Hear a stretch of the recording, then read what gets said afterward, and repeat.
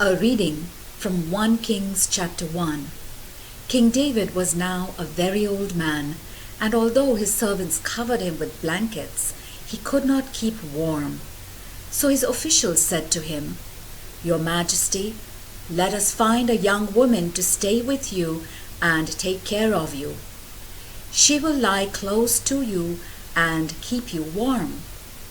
A search was made all over Israel for a beautiful young woman, and in Shunem they found such a woman named Abishag and brought her to the king.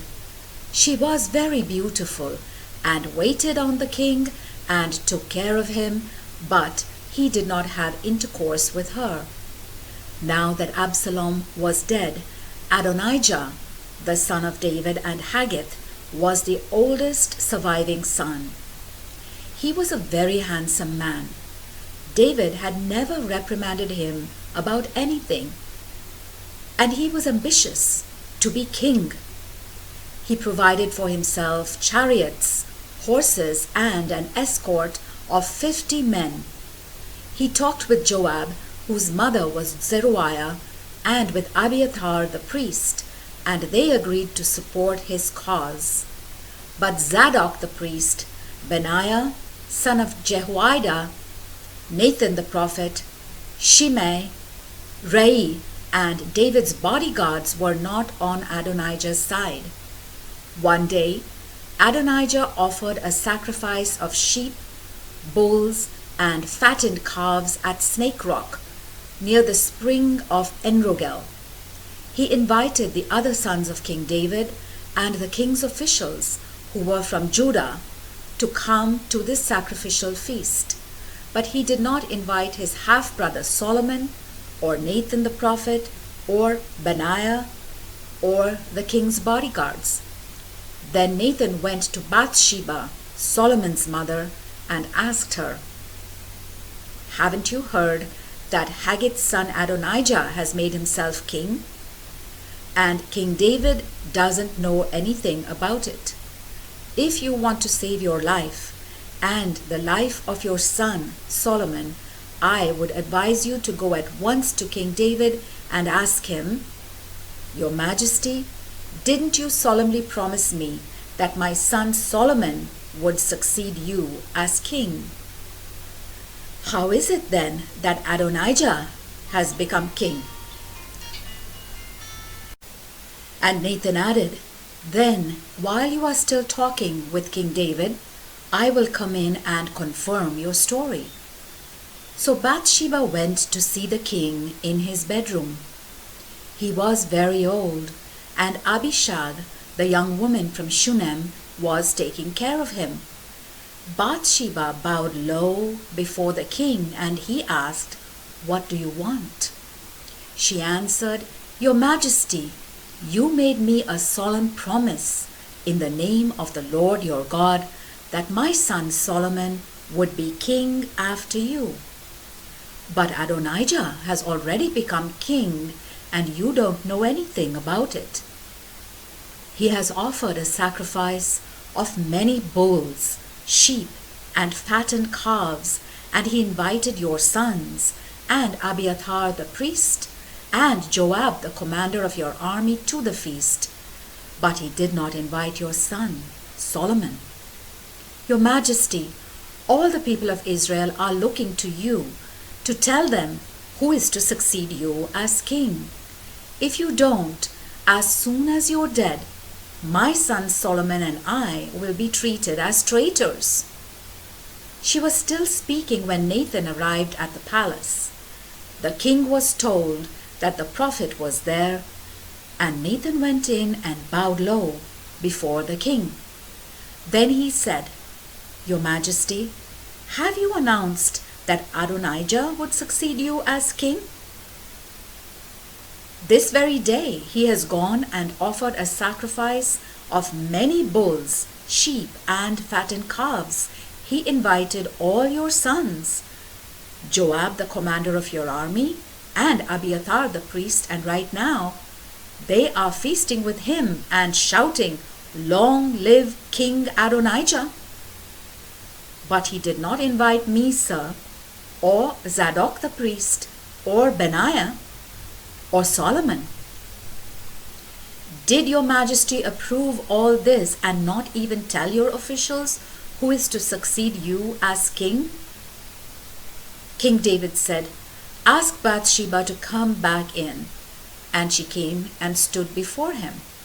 Then he said to her, I promise you, by the living Lord who has rescued me from all my troubles, that today I will keep the promise I made to you in the name of the Lord, the God of Israel, that your son Solomon would succeed me as king. Bathsheba bowed low and said, May my lord the king live forever. Then King David sent for Zadok, Nathan, and Benaiah. When they came in, he said to them, Take my court officials with you. Have my son Solomon ride my own mule and escort him down to Gihon Spring, where Zadok and Nathan are to anoint him as king of Israel. Then blow the trumpet and shout, Long live King Solomon! Follow him back here when he comes to sit on my throne. He will succeed me as king because he is the one I have chosen to be the ruler of Israel and Judah. It shall be done, answered Benaiah, and may the Lord your God confirm it. As the Lord has been with your majesty, may he also be with Solomon and make his reign even more prosperous than yours.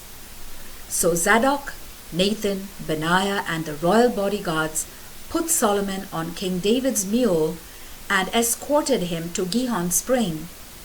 Zadok took the container of olive oil which he had brought from the tent of the Lord's presence and anointed Solomon. They blew the trumpet, and all the people shouted, Long live King Solomon! Then they all followed him back, shouting for joy and playing flutes, making enough noise to shake the ground. As Adonijah and all his guests were finishing the feast, they heard the noise. And when Joab heard the trumpet, he asked, What's the meaning of all that noise in the city? Before he finished speaking, Jonathan, the son of the priest Abiathar, arrived. Come on in, Adonijah said. You're a good man. You must be bringing good news. I'm afraid not, Jonathan answered. His Majesty King David has made Solomon king. He sent Zadok, Nathan, Benaiah, and the royal bodyguards to escort him. They had him ride on the king's mule, and Zadok and Nathan anointed him as king at Gihon Spring. Then they went into the city shouting for joy, and the people are now in an uproar. That's the noise you just heard. Solomon is now the king. What is more, the court officials went in to pay their respects to His Majesty King David and said, May your God make Solomon even more famous than you, and may Solomon's reign be even more prosperous than yours. Then King David bowed in worship on his bed and prayed, Let us praise the Lord, the God of Israel, who has today made one of my descendants succeed me as king and has let me live to see it.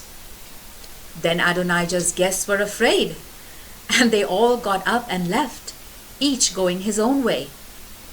Adonijah, in great fear of Solomon, went to the tent of the Lord's presence and took hold of the corners of the altar. King Solomon was told that Adonijah was afraid of him and that he was holding on to the corners of the altar and had said, First, I want King Solomon to swear to me that he will not have me put to death. Solomon replied, If he is loyal, not even a hair on his head will be touched.